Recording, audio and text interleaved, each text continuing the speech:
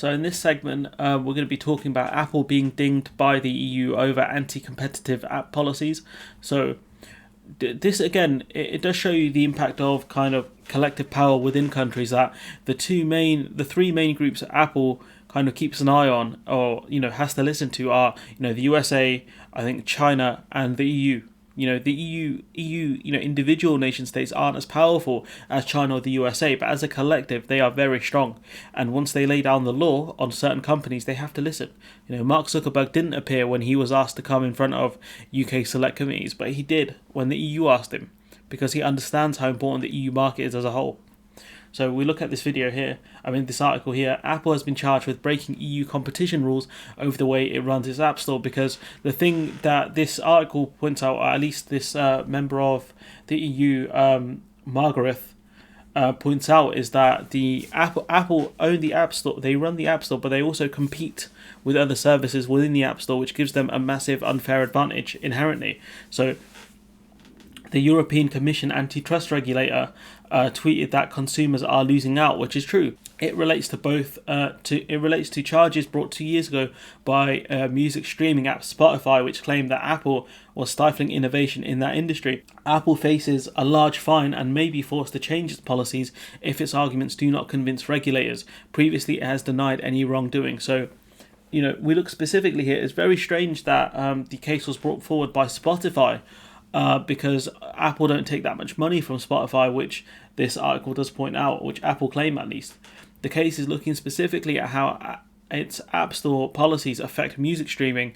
The charge was initially filed in 2019 by a co-founder of Spotify, Daniel Ek, a guy whose name I've heard far too often over the last few weeks because he wants to purchase Arsenal. So it says here, Apple's rules distort competition in the market for music streaming by raising the costs of competing music streaming apps developers. This in turn leads to higher prices for consumers for their in-app music subscriptions on iOS. So what he's saying is that Apple is raising the cost of competitors within the App Store.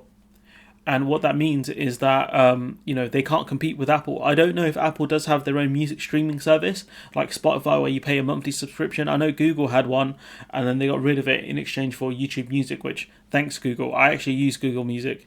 Absolute frauds. But, Apple claim that they don't actually make that much money. They don't make 99%. They don't make commissions on most of Spotify's subscribers.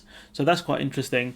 At the core of this case is Spotify's demand they should be able to advertise alternatives on the iOS app, a practice that no other store in the world allows, which is a very strange statement from Apple, that they demand to be able to advertise alternative deals on their iOS app.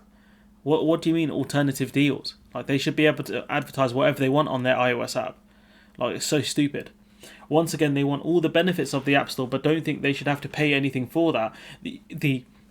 The thing is, Apple benefit by having Spotify as an app on the Apple Store, because if Spotify wasn't there, maybe people wouldn't buy iPhones as much because they don't have access to the services that they want. Could you imagine an App Store without YouTube and things like that?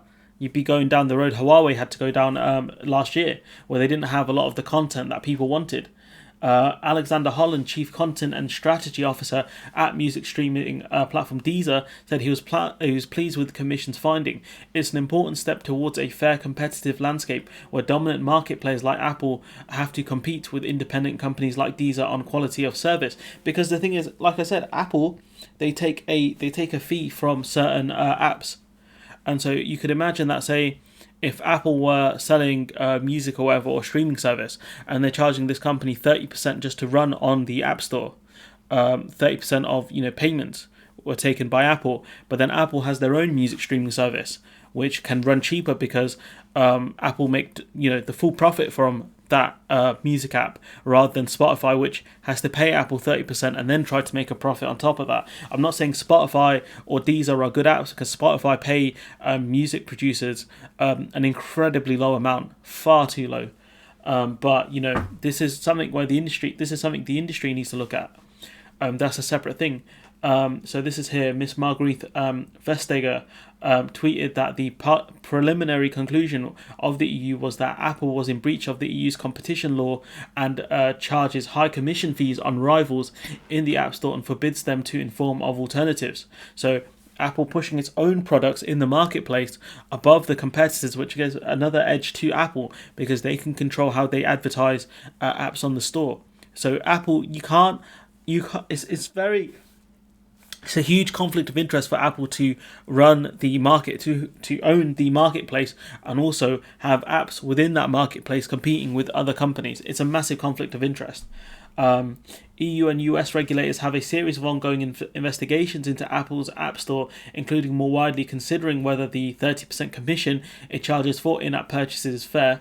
Developers have been increasingly frustrated by the so-called Apple tax, which I don't think it's massively unfair for Apple to charge companies in order to have an app on their service. I don't think that's incredibly bad, because Apple does have to regulate and make sure that all the apps are safe and whatever. Google's the same.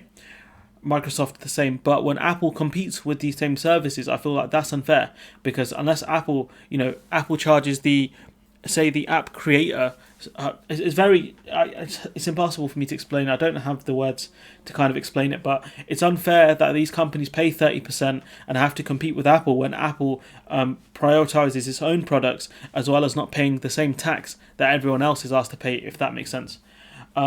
Under pressure from both developers and regulators, Apple cut its commission rate to 15% for any developer that earns less than $1 million in annual revenue, which is good for smaller developers, but at the same time, you're not dealing with the fundamental issue, which is that you should not be having an Apple tax if your own products don't have to be taxed at the same way.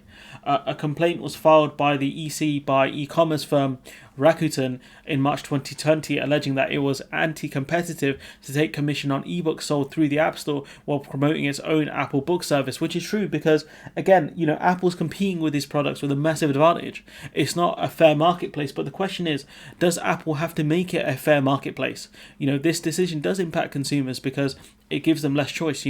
Apple can keep their products slightly lower whilst charging competitors, the Apple tax, and therefore making services worse, because Apple don't have to have the best service at that point.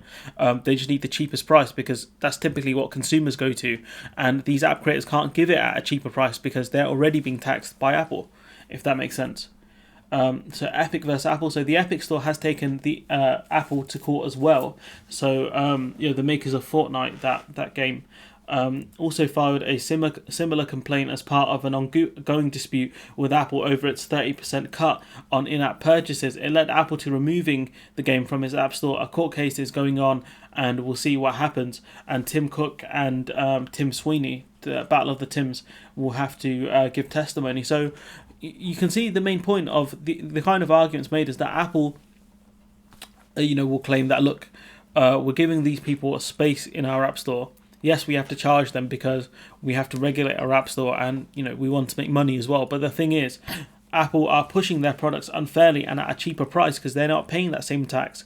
So is it fair that Apple can run the market and also be involved as a creator within the market, or does Apple have to pick? You can run the market, or you can run the market and not compete with services, or you can be in the market but you cannot charge an Apple tax, or you yourself, for these app purchases, have to pay the Apple tax, and that has to go elsewhere, if that makes sense, to a separate department.